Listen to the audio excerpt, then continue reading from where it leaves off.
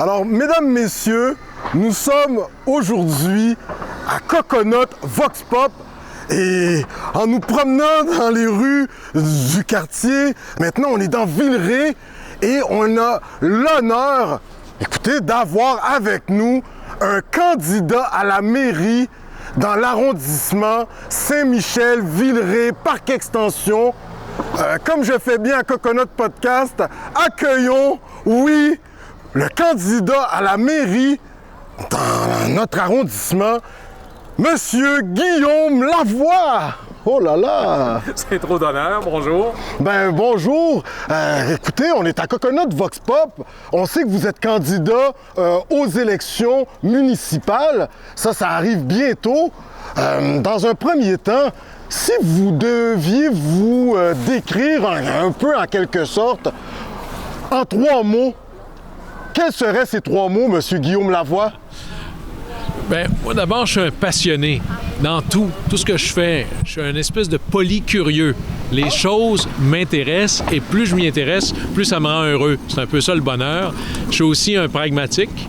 Polycurieux, pragmatique. Et puis rigoureux aussi. J'aime ça quand 1 et 1 font 2. Alors quand on marie tout ça ensemble, je pense que ça nous prépare bien pour la gestion municipale qui oblige ça quelque part. Excellent! Ouais, 3 bons mots. Excellent, excellent. Maintenant, on sait que vous étiez en politique auparavant. Par la suite, on vous a beaucoup vu dans le monde des médias. Pourquoi un retour en politique? Vous pouviez faire carrière comme enseignant, chargé de cours, professeur, et maintenant, vous retournez dans une arène par moment où ça joue dur dans les coins de bande, là. Oui, eh bien, d'abord, j'aime ça. Puis on fait pas ça pour la gloire et l'argent, là. Je veux avertir les gens, ceux qui sont intéressés par ça, la politique, c'est pas vraiment la place. La chose publique me passionne. Puis j'y vois quelque chose de au-delà des enjeux municipaux, quelque chose de grandiose, de noble, presque de chevaleresque, de s'occuper du merveilleux des communs. Ce qu'on a en commun ensemble, il faut y consacrer le meilleur de nos énergies. Moi, ça me passionne. C'est extraordinairement complexe. Mais je pense que c'est là que je peux servir. J'ai l'expérience, j'ai la marge de manœuvre, j'ai le temps. Alors, à un moment donné, quand on a ça, bien, il faut le dire, bien, moi, quand j'entends les trompettes qui nous somment à entrer là, un peu en bataille, bien, j'y vais. Puis, je l'ai fait déjà, j'ai adoré ça, alors je retourne. Maintenant, vous avez joint les rangs d'Ensemble Montréal avec Monsieur Coder. Écoutez, une grande équipe. Pouvez-vous me parler un peu de la fébrilité de vous joindre à cette équipe quand même d'expérience? Oui, puis vous savez, M. Coder et moi, on se connaît, on s'est coltaillés dans notre vie antérieure au Conseil. Le secret le mieux gardé de Montréal, c'est que malgré nos désaccords sur certains enjeux, on a toujours eu une grande relation personnelle qui nous permettait de s'intéresser à autre chose. Il n'y a pas que les enjeux municipaux. Et là, 4 ans plus tard, les deux hors de la ville, nous avons eu d'énormes discussions, de grandes rencontres, dire quelle est la situation de la ville, quels sont les défis, puis comment on peut les régler. Puis il y a là une base d'une nouvelle collaboration. Puis quelque part, moi j'aime bien, c'est un pur hasard, mais le mot « ensemble » dit vraiment la chose, c'est-à-dire comment est-ce qu'on peut utiliser les meilleurs talents et énergie de tout le monde pour offrir la meilleure équipe possible. Alors, c'est véritablement ce qui guide là, la collaboration entre Denis Coder et moi, puis je suis assez fier de ce qu'on est en train de construire ensemble. Super! Et maintenant, vous décidez de vous présenter dans un arrondissement quand même très effervescent. On sent que les choses bougent dans Saint-Michel, Villeray, Parc Extension. Pouvez-vous me dire, est-ce que vous habitez l'arrondissement ou vous êtes un parachuté? Si je suis un parachuté, l'avion est parti d'ici parce que j'habite à peu près là, à 200 mètres d'ici depuis une dizaine d'années à peu près. Okay. Alors, j'ai toujours habité ici.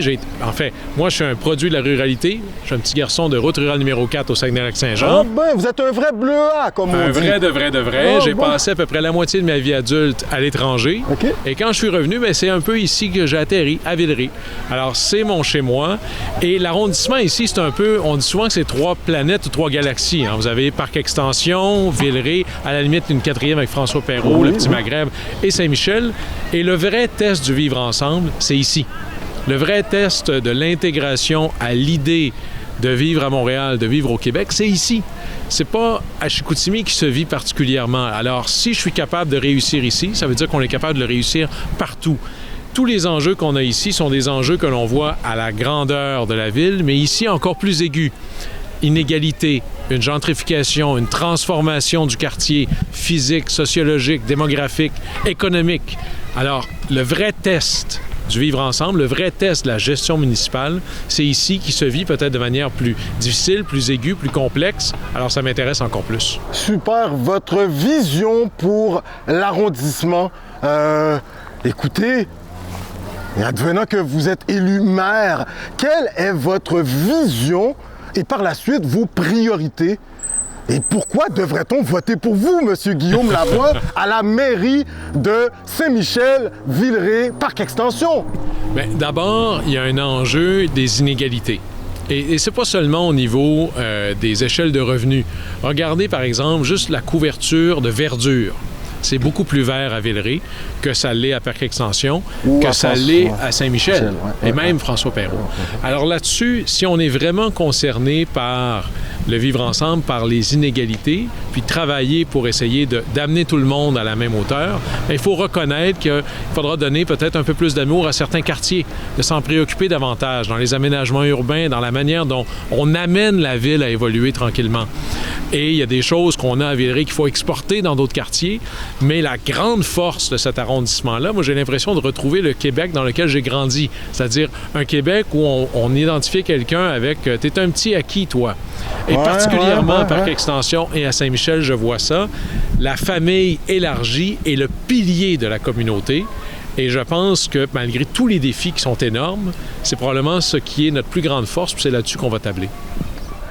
On voit actuellement dans le quartier, il y a beaucoup de jeunes professionnels qui s'y installent. On sait également qu'il y a de plus en plus parmi les gens qui s'installent dans l'arrondissement des entrepreneurs.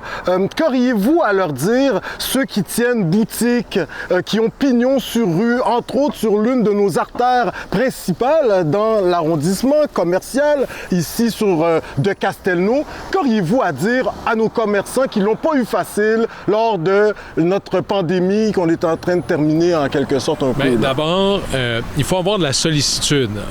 C'est très difficile si on ne l'a jamais été soi-même. Moi, j'ai été consultant très longtemps. J'ai été entrepreneur. J'ai lancé 2 entreprises. C'était des OSBL. Alors, on n'a jamais fait d'argent. Mais c'est extraordinairement difficile parce qu'être entrepreneur, ça veut souvent dire tout ce que j'ai pas eu réussir à faire aujourd'hui, il va falloir que moi, je le fasse demain. Si on n'a jamais vécu ça, vous savez, imaginez si votre REER était en jeu à chaque fois que vous faites votre bilan à la fin d'un mois. Avoir une sensibilité aiguë pour combien c'est difficile et chaque changement, même s'il est bon, peut représenter une inquiétude, une angoisse pour laquelle il faut avoir, je dirais, une sensibilité particulière. Ça va m'occuper. Pour moi, la gestion municipale, c'est essentiellement 2 choses. C'est de la réglementation et des opérations. Et il faut être passionné par le détail. Parce que au fédéral, vous pouvez acheter des sous-marins qui prennent l'eau. Vous allez le savoir juste dans 20 ans. Vous pouvez acheter des avions de combat qui ne volent pas vraiment.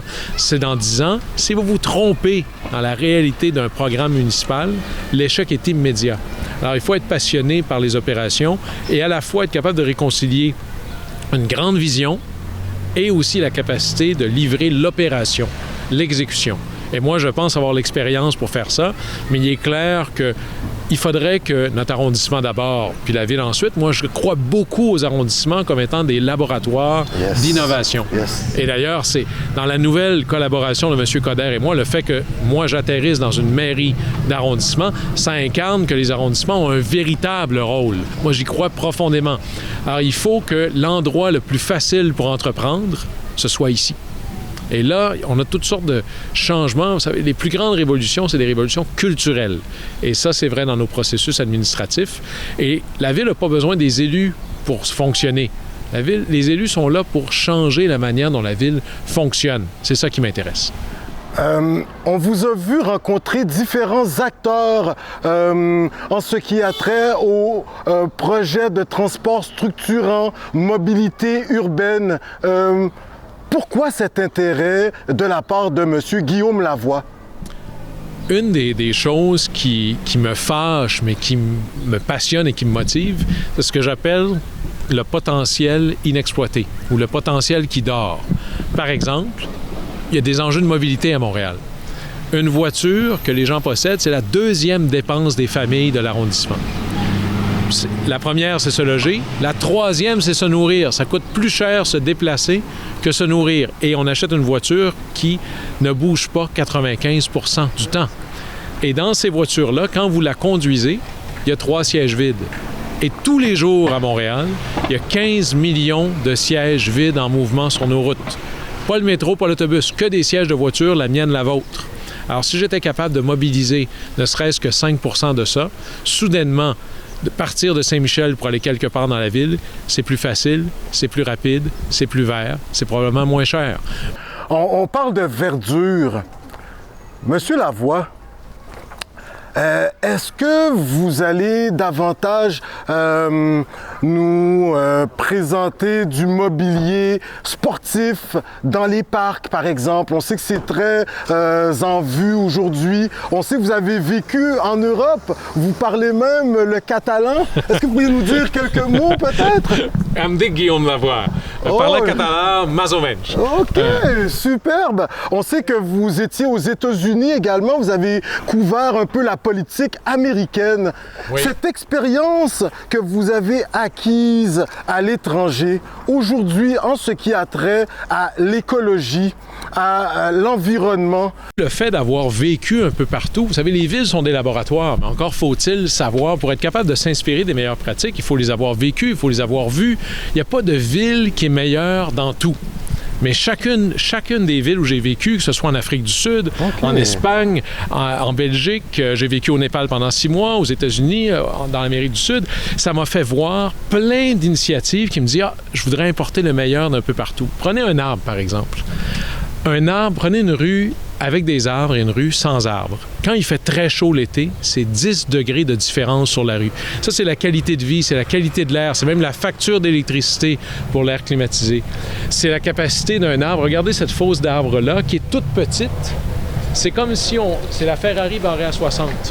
Les arbres sont absolument essentiels pour le fonctionnement de nos infrastructures. Alors, je vous dirais que j'aime les arbres de la ville, pas par amour de l'environnement, bien que j'aime ça, mais par passion des opérations et on pourrait même dire par égoïsme économique. Okay. Vous savez, la ville se finance essentiellement par la taxe foncière. Eh bien, l'expérience de Londres, c'est qu'un arbre mature devant une maison, ça augmente la valeur de la maison.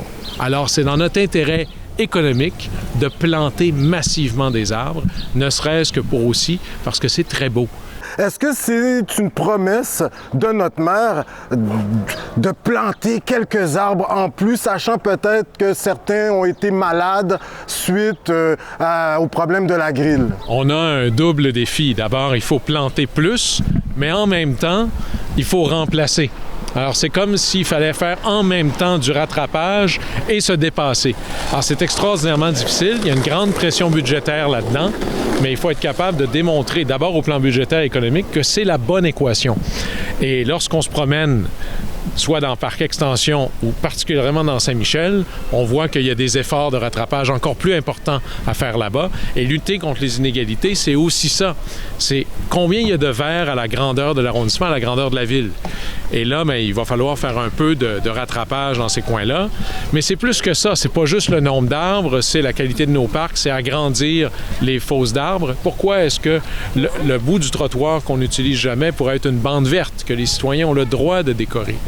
Il faut qu'on devienne une ville qui est un vecteur d'innovation. Souvent, on considère Montréal comme étant la ville où on ne peut rien faire à moins que l'on puisse. Si on veut être une ville qui célèbre l'innovation, il faut quelque part être une ville où on peut tout faire à moins que l'on puisse pas, quitte à corriger après. Alors, le merveilleux des communs, c'est de laisser les gens essayer des choses, laisser les arrondissements essayer des choses. Et ça, c'est une culture. Et la clé de l'innovation, c'est la tolérance à l'erreur. Plus le coût de l'erreur est petit, plus il est facile d'innover. Et ça, bien, en politique publique, ça s'appelle un projet pilote. Alors, il va y avoir des projets pilotes ici, pas mal. Et le but sera de se donner collectivement le droit d'essayer. C'est ça qu'on va faire. qu'auriez-vous à dire aux jeunes de l'arrondissement, ceux qui nous écoutent? Écoutez, la dernière année n'a pas été facile pour eux. Que souhaiteriez-vous leur dire? Ils nous écoutent aujourd'hui, ils vous découvrent, Monsieur Lavoie. Qu'auriez-vous à dire aux plus jeunes de l'arrondissement, aux moins jeunes également? C'est vrai que la pandémie a été très difficile et pas égale pour tous, particulièrement pour les adolescents. Parce que c'est le moment où, normalement, on sort, là, il y a une relation d'amis qui est autre que celle de la famille. Alors, il faut que l'espace public, plus que jamais, soit le reflet du meilleur de nous-mêmes. Parce que c'est là que va se passer la vie aussi. Il faut qu'on soit capable aussi d'avoir un patrimoine bâti, d'avoir des unités d'habitation qui permettent d'avoir, oui, des très jeunes familles, mais aussi d'être capable de vieillir puis de grandir jusqu'à l'âge, par exemple, de l'université. Et en tout et partout, de se dire, il se passe quelque chose dans mon arrondissement, c'est cool, il essaye plein d'affaires. Il voit des choses ailleurs, il l'essaye ici, on a le droit d'essayer, on a le droit d'inventer. Puis peut-être que c'est ça la grande révolution culturelle qui doit arriver dans notre gestion municipale. Oh, wow! Et si vous aviez un souhait, une question sur le fly comme ça, quel serait ce souhait pour l'arrondissement dans 5 ans, là? Hein? Ce serait quoi, hein? Dans 5 ans, par exemple? Il y en aurait plein, mais je vais en prendre un qui est très proche de mon cœur. C'est, vous savez, dans Le Petit Prince, moi, c'est un livre que je lis une fois par année. Et il y a un moment donné où Le Petit Prince dit « C'est véritablement utile puisque c'est joli ». Il n'y a pas de mesure économique pour la beauté. Mais moi, je connais pas beaucoup l'art, mais quand je vois des murales, quand je vois des mobiliers urbains qui sont beaux, quand je vois un aménagement urbain qui est beau, ça me rend heureux. Je pense que c'est un vecteur de bonheur, puis c'est aussi un reflet de la confiance qu'on a envers nous-mêmes. Ben, vous êtes toujours bien sapé, la sapologie. Est-ce qu'il y a quelqu'un ou votre maman vous dit « Bon, Guillaume, aujourd'hui, oublie pas de mettre cette belle veste! » Quand ma mère me voit à la télévision, des fois, elle m'appelle, elle va dire, par exemple, ta cravate n'était pas droite, là, ou es-tu sûr que ça? Mais au-delà de ça, les murales que l'on a, c'est plus que juste... Moi, quand je vois un mur aveugle, une façade qui n'est pas peinte, je vois un canevas qui demande juste à être entrepris. Quand je vois un coin de rue qui est bien aménagé, si on s'occupe du collectif avec la même priorité, le même souci du beau, que ce soit dans les bancs de parc, dans les supports à vélo, dans les petites clôtures, dans ce que l'on construit, il faut que nos écoles soient des cathédrales. Et ça, c'est le reflet de la confiance qu'on a envers nous-mêmes, puis c'est le commun qui doit incarner ça. Alors, je vous dirais que oui, je fais campagne pour l'arrondissement ici, mais les valeurs derrière ça sont peut-être encore plus ambitieuses. C'est correct, c'est ce qui me nourrit à la fin. Oui. Vous parliez de beauté, les façades. En terminant, on sait qu'il y a un souci au niveau du logement, pour ne pas dire une crise. Logement social, qu'avez-vous à nous dire là-dessus? Bien, je vous dirais l'habitation en général, parce que justement, pour régler le problème du logement social, et il en manque, il faut comprendre que ce n'est pas que du logement social qui est la solution. Le père du syndicalisme... Moi, j'ai fait relations industrielles. OK. Alors, ma formation de base, c'est ça. Le père du mouvement syndical américain, il s'appelle Samuel Gompers, et sa stratégie, on l'a appelée Gomperism. Okay. Et quand on lui demandait « Qu'est-ce que vous voulez? » il disait « Plus ». Alors, qu'est-ce qu'on va faire pour l'habitation? Nous allons construire plus de tout. Et c'est ça le grand déclic. Parce que même si j'avais... Plus en étant beau, comme vous dites. La beauté, ça, c'est la clé. On parlait de voyager. Par exemple, j'étais à Helsinki il n'y a pas si longtemps. OK. Le plus bel immeuble sur la rue, c'est l'immeuble des logements sociaux. On ne pourrait pas dire ça ici, présentement. Alors ça, justement, il faut que... Au plan visuel, les gens disent « c'est là que je voudrais vivre parce que c'est là que c'est le plus beau ». Alors là-dessus, la beauté, c'est une compétition à la hausse. Je veux faire plus beau que ce qu'eux ont fait. Il faut qu'il y ait le souci du beau dans tout. Alors ça, d'ailleurs, moi, dans mon ancienne vie municipale, c'est moi qui avais été le père de changer les plaques d'égout. Vous savez comment ils sont laides à Montréal? Il y a des pays, le Japon, par exemple, ou aux États-Unis, des villes où les plaques d'égout seront de véritables œuvres d'art. Et en plus, ça ne coûte pas un sou de plus. Parce que c'est une fonte. C'est véritablement du moulage. Pourquoi? Parce que je suis allé voir dans l'usine. Moi, j'apprends par osmose. Et d'ailleurs, dans mon ancienne vie, j'ai fait tous les jobs d'école bleue une journée. pour comprendre. Ah, superbe. Alors, ça, d'abord, ça nourrit le polycurieux que je suis, Oui, mais oui. en même temps, je pense que ça me rend un meilleur administrateur public. Et vous savez, il n'y a rien de pire que des bonnes idées qui n'ont pas d'application dans le réel. Alors, pour essayer d'enlever il y a 3 boîtes dans la vie. Hein. Il y a ce qu'on sait, il y a ce qu'on sait qu'on ne sait pas. Ce qui me terrorise, c'est qu'est-ce que je sais pas que je sais pas. Alors, toutes mes rencontres avec les gens, je passe une demi-journée par semaine dans Saint-Michel avec Josué Corville. Je suis avec Marie Derosse dans Parc Extension. Je me promène dans François Perrault, puis ici. Je dis aux gens, qu'est-ce que vous pensez que je devrais savoir? Qu'est-ce que je ne sais pas? Et à la fin, si au moins je sais que je sais pas, bien, ça m'aidera pour penser la suite. Mais on nous a dit, votre équipe nous a dit que vous étiez en train de prendre quelques cours de créole. Donc, on va vous passer en entrevue à la fin de l'été. Et puis là, on va voir. Là. Vous avez appris sac passé, nappe boulé? Il faut que je me débrouille dans les pronoms. Puis quand je vais avoir ça, là, ça va m'aider. Ça va venir. Excellent, excellent. Monsieur Guillaume Lavoie, Coconut Podcast vous dit toute une entrevue. En 3 mots, pour résumer notre arrondissement, ou plutôt même un endroit que vous suggérez à nos internautes d'aller fouiner un peu là, dans Villeray, Saint-Michel, Parc Extension. Alors, cherchons le beau, justement. Bon, Ah! c'est sûr qu'il y a l'évident. Là. Vous avez le parc Frédéric-Bach dans Saint-Michel, mais tout près, pas tellement loin, il y a une ruelle avec plein d'art urbain qui s'appelle le Raccourci. C'est absolument magnifique. Si vous voulez voir c'est quoi, comment le beau peut transformer un espace abandonné, c'est vraiment le Raccourci. Vous avez la ruelle La Traverse ici dans Villeray qui est absolument magnifique. Et si vous allez dans le parc Extension, allez voir le parc Saint-Roch. Il y a une magnifique murale. Imaginez le parc sans cette murale-là. Vous allez voir le pouvoir transformationnel du beau sur l'espace urbain. Écoutez, Coconut Vox Pop vous dit... Vous avez secoué le cocotier, comme on dit. On est passé au travers de pas mal de sujets. Cette entrevue va être rendue disponible en son intégralité sur notre site web. Surtout, on vous dit buena suerte. ¿Eh? ¿Cómo se dice en español? Sí, sí, muchas gracias. Y esperamos que podamos hablar otra vez. Sí, una otra vez. Seguro, seguro, seguro. Bueno, gracias. Alors, messieurs, dames, oui, nous étions dans cette version hybride, appelons-la comme ça, de Coconut Vox Pop, Coconut Podcast. Toute une entrevue avec peut-être le prochain maire de l'arrondissement Villeray, Saint-Michel, Parc Extension. Je commence par Villeray parce que j'habite là. Saint-Michel, Villeray, Parc Extension. Pour ceux qui habitent à Parc Extension, Villeray, Saint-Michel. Vous avez compris la patente, mais on vient de rencontrer tout un homme de terrain, Guillaume Lavoie. Allez le suivre sur Twitter et sur les réseaux sociaux, messieurs, dames. Merci!